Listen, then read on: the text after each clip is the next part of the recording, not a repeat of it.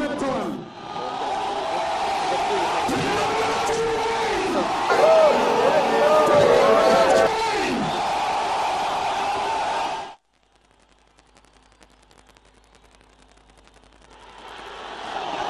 በዚህ በኩል ያላችሁ ሀረስ ቦሪስ ሴና ኬሰት ከዚህ በመቀጠል ፕሮግራማችንን ምንጀምር ነው የሚሆነው። እዚያ ለትጥቆች ግን በሙሉ ጦር ወራቅ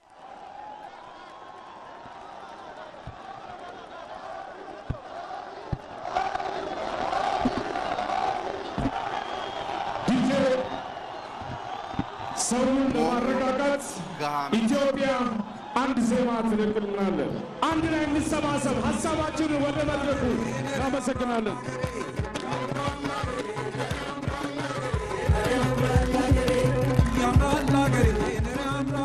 ኦሮሞን ቦዋሶንቴ ብየጃ ኦሮሞማ ደጋግሱ በበሬቹ አገርሲሱ በርሲሱ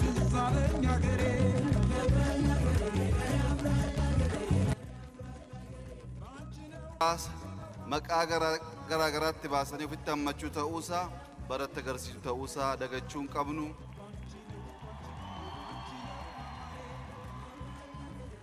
garaa bal'annee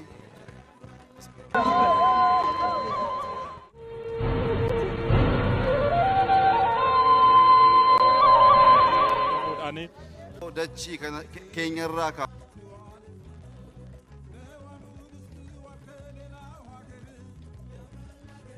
fundurat ce'uu qabna tokkummaan keenya amma akkuma isin daawwachiifne turrettis immoo waa hillansaa kanneen akka bisoota kaampiin adaamaa walitti ida'amee tokko ta'eera. Tureen wal qabatee sirni awwaalcha artist Hacaaluu Hundeessaa magaalaa Ambootti akka ta'u siidaan isaa immoo as handhuura Oromiyaa fi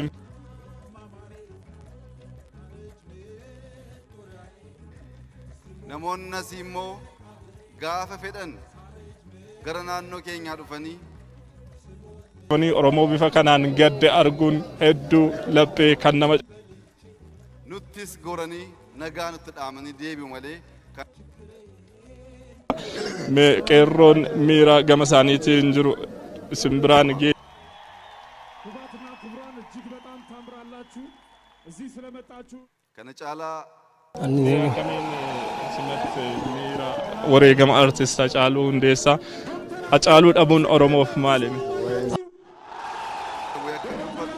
kolcha ifama guddaa wajjiniin ይቅርታ ነው። ትስማማላችሁ?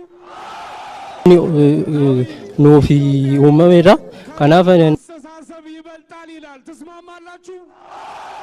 ዶክተር አብይ እናንተ ካላገዛችሁኝ እኔ ብቻዬን ምን አደርገዋለሁ ይላል።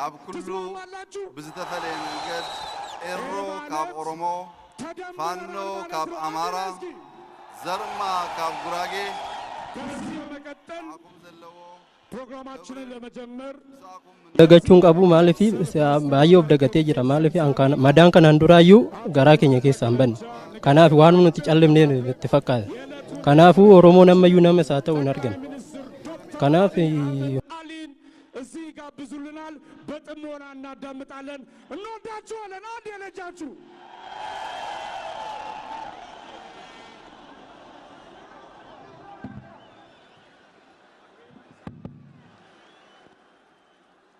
ክቡር ዶክተር አብይ አህመድ moof maalimi wareegama Hacaaluu Hundeessaa nuuf gadda guddaa ta'e akkuma jirutti ta'etu Oromoon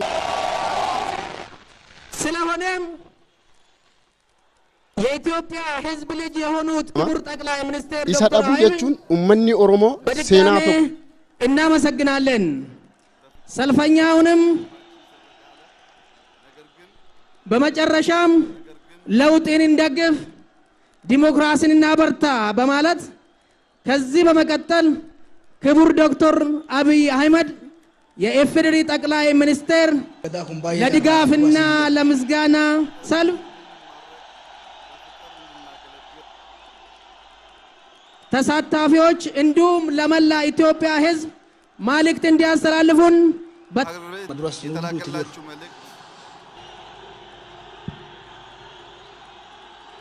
የተከበራችሁ ውድ ኢትዮጵያውያን ወገኖቼ ሆይ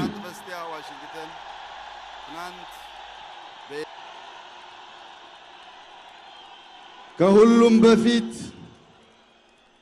ኢትዮጵያውያን እንዲህ ለፍቅር፣ ለይቅርታ፣ ለአንድነት፣ ለመደመር ተሰባስበው ማየት ምን ያህል ተስፋ እንዳጫረብኝ ስነግራችሁ ታላቅ ክብርና ከፍተኛ ደስታ እየተሰማኝ ነው። ዮምዩ ታና ወልቴ ዳበቴ ወልቴ ጭሜ ዳበቴ ተኮቴ ለወትሮው የንግግሬን ማሳረጊያ ለዛሬ የንግግሬ መጀመሪያ እንዳደርግ ይፈቀድልኝና ፈጣሪ ኢትዮጵያንና ሕዝቦቿን አብዝቶ ይባርክ።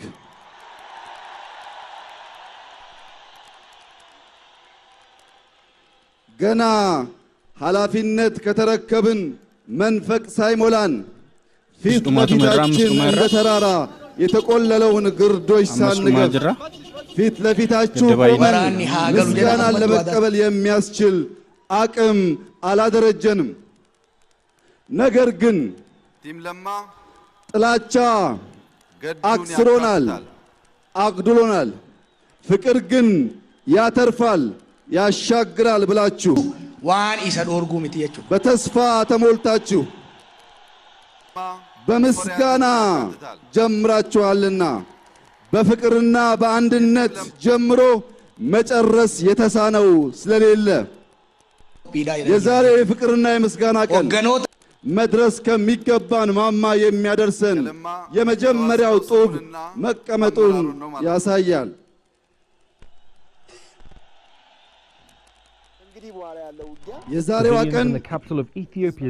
የዛሬዋን ቀን እንድናይ የዛሬዋን ቀን ያላዩ እንድንኖር ሲሉ የሞቱ እንድንከበር ሲሉ የተዋረዱ እንድንፈታ ሲሉ የታሰሩ ለሕይወታችን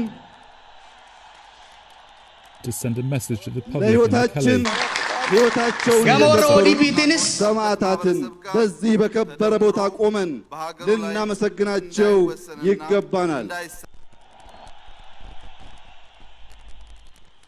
ያለኛ ሊኖሩ ይችሉ ነበር፣ ያለ እነርሱ ግን እኛ መኖር አይቻልም። በዳዴማ የናን አቦቲ ገዳ ዲሰኒ ገዴማን ኢሳኒ ይህቺ የፈጣሪ ጥበብ መጀመሪያ ሀገር ኢትዮጵያ ረኮን አከናከኑ መምኔ ኦሮሞ ጅዱቶ ሊገልቴ ነቀው ይህቺ ስርነ ምልልክ ናፍጣኛ ነችት ሲዳሺ ከነ ገለበኔ በርሰኒ መንጉዶን ቱመምቴ ሳመምቴ የቻ ቱራን 2 ወር ሰርቶ ተቀን የሚለፉ ባልደረቦቼን ቅር በመባባል አንዲት ታላቅ ኢትዮጵያ ለአፍሪካ ትሩፋት የምትሆን ድንቅ ሀገር መገንባት ሌብነትን እምብኝ አሻፈረኝ ያላችሁ ዕለት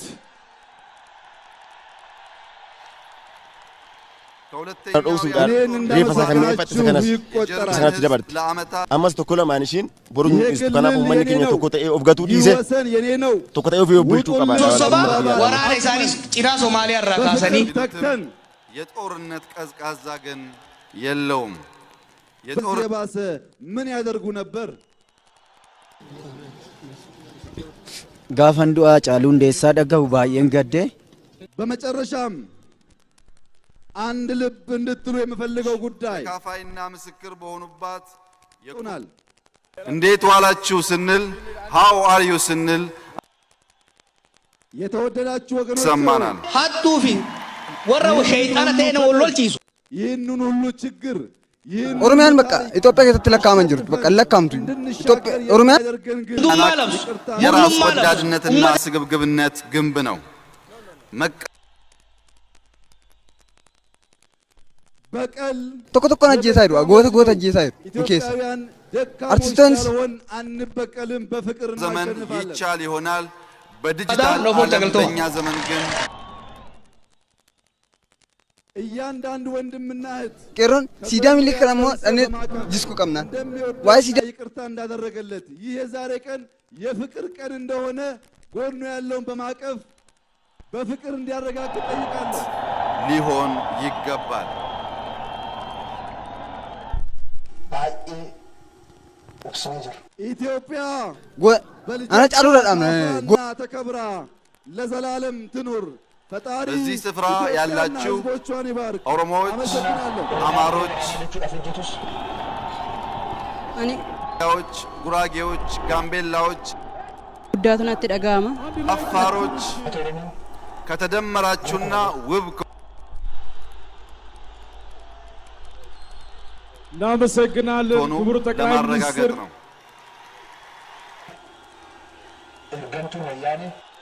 አቹሳ ሲዳ ምን ልገለገሉ ቀበ ከነኒ ሀገር እንደናንተ ውብ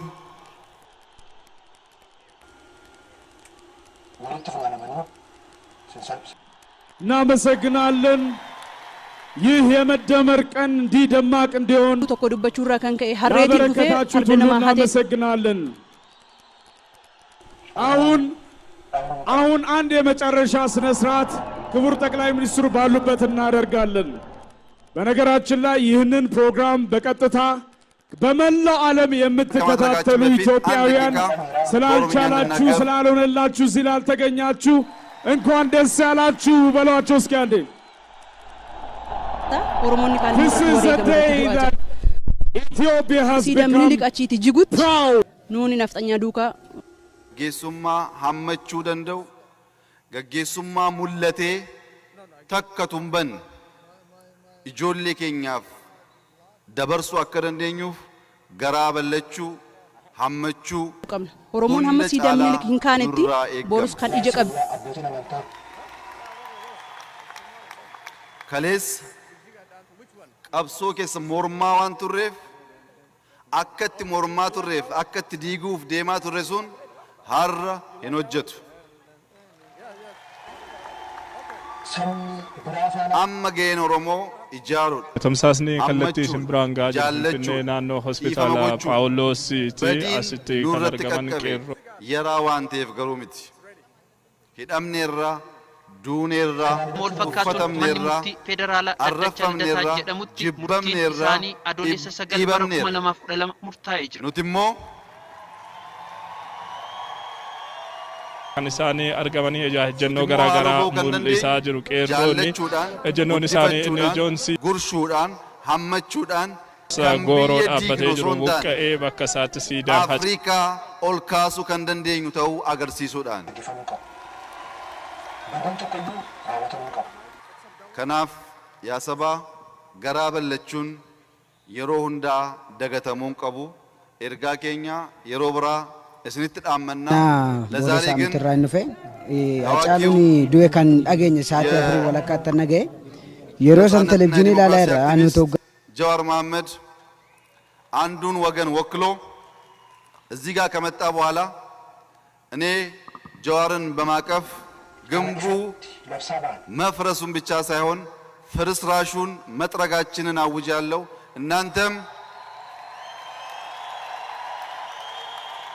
እናንተም ዘር ሳትለዩ ባንዲራ ሳትለዩ ኩቴ ደሚላ ከኛ ተካነ ቀሮ ጅን ጉርሙም ነው የርመዱም ነው ካናዩ ከራረት ጀቸም መኪና ከሰተሰ ጀቸም ፍጹም ፍቅር በይቅርታ ልብ እንድትተቃቀፉ በታላቅ ትህትና እለምናቸዋለሁ።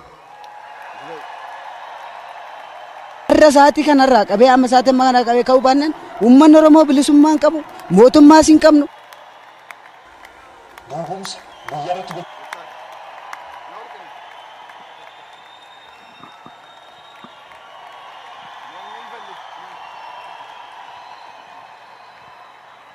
ይህ ወለገረት ነገር ዴቢ አስ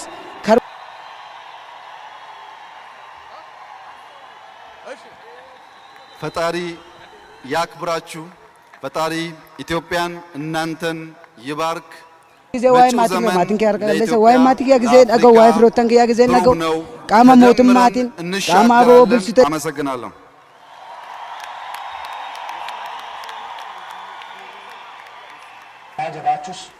እናመሰግናለን ክቡር ጠቅላይ ሚኒስትር ዶክተር አብይ አህመድ። ኢትዮጵያ ታላቅ አገር ናት።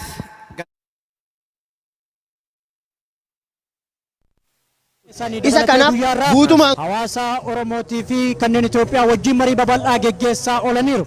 Bakki itti geggeeffame Minneapolis bakka Target Center jedhamutti isteediyeemii kanatti yeroo kanatti ammoo dhumarratti Dr. Abiyyi kan jedhan qoonsilaan imbaasii Itoophiyaa Minneapolis keessatti akka banamuu jiru beeksisuu isaaniiti. Egaa kanumaa wal qabatu jiru kana mul'atee asitti galanni qeerroon dhiiga gannaqeefillee qabsoon qeerroollee har'a kan asitti galateeffatame kanaafi wanta asitti mul'ate Minnesota keessatti hangama kootiin gaariidhaan jedha warri kan garuu gara fuulduraatti waan qopheessanitti abbaa galataa qabuuf galata galchuutu isaan irra jiraata keessattuu kana warra DC baay'eetti yaaduutu irra jiraatan jedha.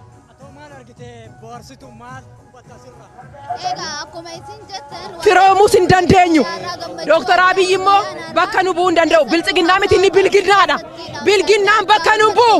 Nuun hin balaaleffanna. Gammachuun ammoo gammachuu bakka birootiin kan adda ta'eetu asin mul'achuu ture.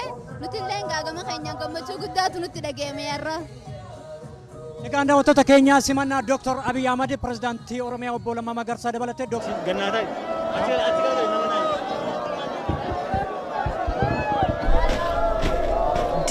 daawwattoota Oromiyaa Miidiyaa Neetwoork Oromoon reenfa ilmasaa reenfa gootasaa gootummaadhaan simateera.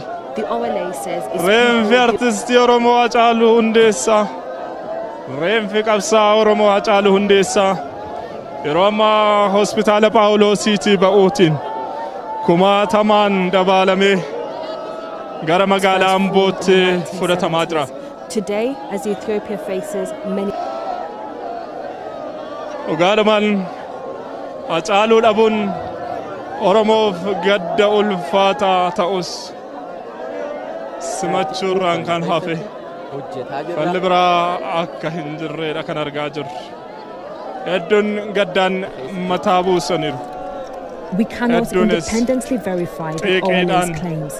Kaayyoo Hacaaluun wareegameef kaayyoo Oromummaa Hacaaluun aarsaa ta'eef fiixaan baasuudhaan onnatanii dhaadannoo isaanii dhageessisuu irratti argamu. Wareegama artist Hacaaluu Hundeessaatiin gaddi qe'ee tokkoon ilmaan Oromoo seenteetti jechuun ni danda'ama. Tamsaasni kallattii keenya ammas ittuma fufaa nu waliin ta'a.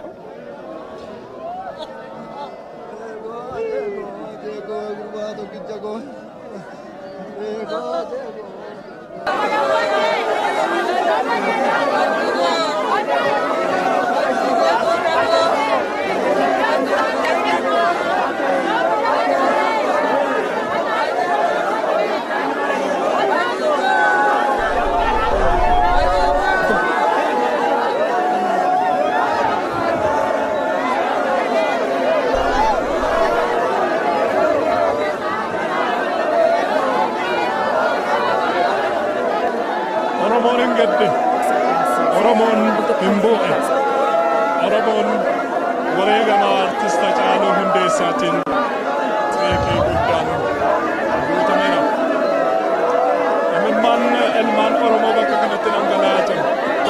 Galaana bilisummaa uummata Oromoo gonfachiisu akka ta'utu eegama. Yeroo garaa garaatti Oromoon ilmaan isaa wareegaa tureera. Oromoon kaabaa kibbaa osoo hin jedhin yeroo ammaa qeesaa irratti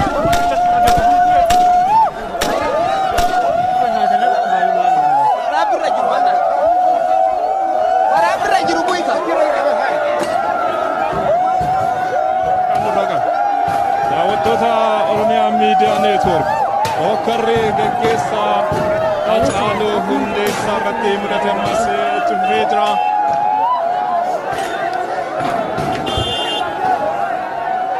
Hokkara jabaadha kan naannoo kanatti mudatee jiru sirna gaggeessaaf artist Hacaaluu Hundeessaadhaan wal qabatee poolisoonni irra deddeebiidhaan nu kaasaa akka turan gama kaameraa keenyaanis waan argitan natti fakkaata. Egaa argitanitti jedhee abdadha. Akkaan meeshaaleen garaagaraa darbatanii hundumaaf bu'uuraa kan ta'e poolisiin federaalaa qeerroo sirna geggeessaa Hacaaluu Hundeessaa irratti argamuudhaaf ba'an fuuldura goruudhaan bittimsuudhaan yaaluudha. Waan ija keenyaan argine waan kaameraa keenyaanis isin daawwachiifnedha. Sounds of whistles and gunfire replaced with dhaabbateera jechuudha baannus sirni geggeessaa Hacaaluu Hundeessaatti dhufeera. Daawwattoota OMN battalaa sirni geggeessaa Hacaaluu Hundeessaa raawwatamaa jirutti dhalattoonni Oromoo bakka garaa garaatti mallee gara Finfinneetti dubbisaa jiraachuu isaaniis wanti mul'isu hedduutu jira. Biraan ga'aa jiru. Ani Hungidaa ogeessa kaameraa keenya Bu'eel Bal'inaa akkasumas konkolaachisaa fi gargaara isaa magaalaa Dirreessaa fi kumanaa wajjin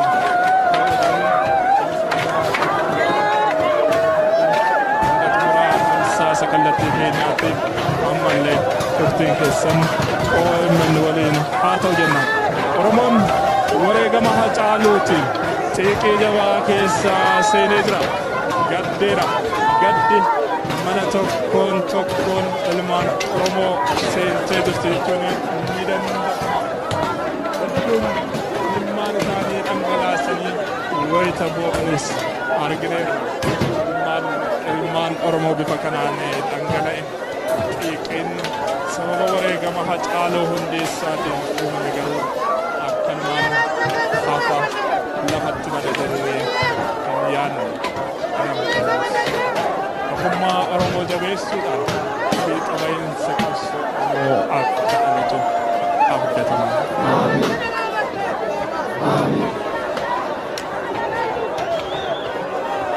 Hacaaluun yeroo garaa garaatti barnoota isaarraa qabamee mana hidhaatti darbatamuudhaan dararaa hedduu argaa tureera. Kanumaan wal qabatees seenaawwan hin dagatamne hedduu akka qabuudha seenaan jireenya isaa kan mul'isu.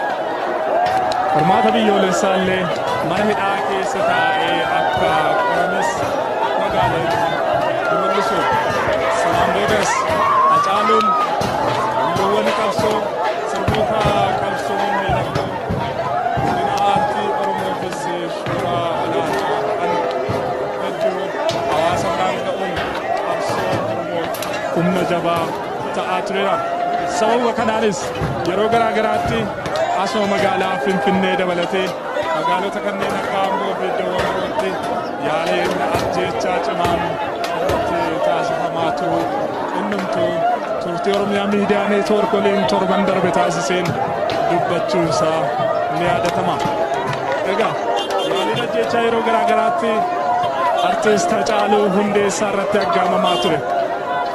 Guyyaa fafoo guyyaa kaleessaa halkan naannoo sa'a 3:00 diinota isaatii fi milkooftee Hacaaluu nu duraa galaafatteetti. Goota Oromoof gatii guddaa kaffale qabsaa'aa sabaa Hacaaluu Hundeessaa haala nama gaddisiisuun lubbuudhaan of gidduudhaa dhabneerra. Haa ta'uti wareegamni Hacaaluuwwan kumaatamaan lakkaa'aman alee buleera. Hacaaluuwwan sababa wareegama Hacaaluu Hundeessaatiin dhalatanii bulan ammoo qabsoo Oromoo gatantaraa baraa baratti dhalattoota Oromoo qaqqaalii hedduu nyaataa osoo fiixa hin bahin haga yoonaatti fulla'eef humnaan cimaa ta'uudhaan gahinsa qabsoo Oromootiin karra kan saaqu akka ta'utu abdatama. Daawwattoota Oromiyaa miidiyaa neetwoork sirna geggeessaa artiist Hacaaluu Hundeessaa kanarratti xiinxalaa siyaasaa hayyoo Oromoo Jawaar Mohammad dabalatee hedduun argamanii jiru.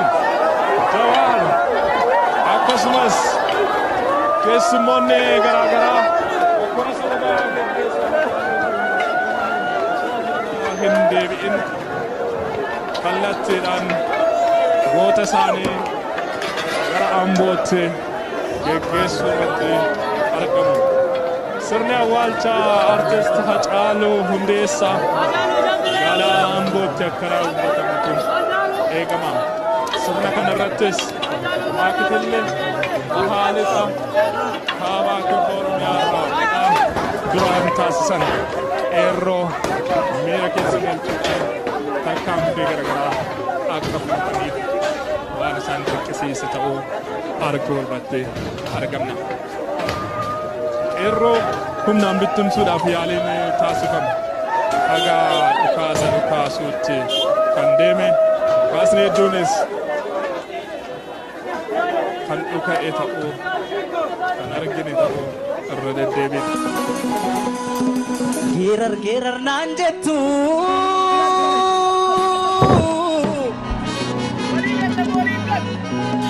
geerar naan jettu meeka'ee taleeluuree badi naan jettu meeka'ee qajeeluuree ani maalan geerar.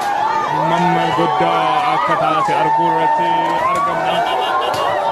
Gamoon xiqqeeffateera jabaa isaa dura ajjeesanii goota isaa dura ajjeesanii abdii isaa dura jaamsanii hedduun qaroo keenya jaamsanii fula deemaa keenya karaatti hambisan jechuudhaan qama sababa kanaan itti dhaga'ame bifa garaagaraatti ibsataa turaniiru yaadda.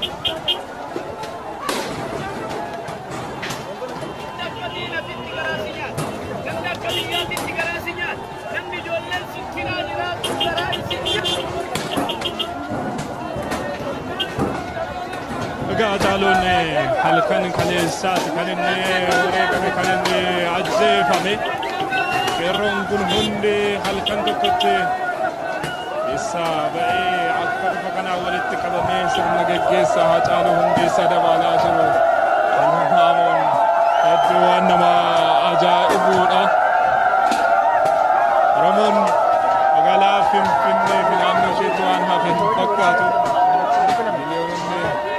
Sirna geggeessaa artiist Hacaaluu Hundeessaa kanarratti argamaniiru.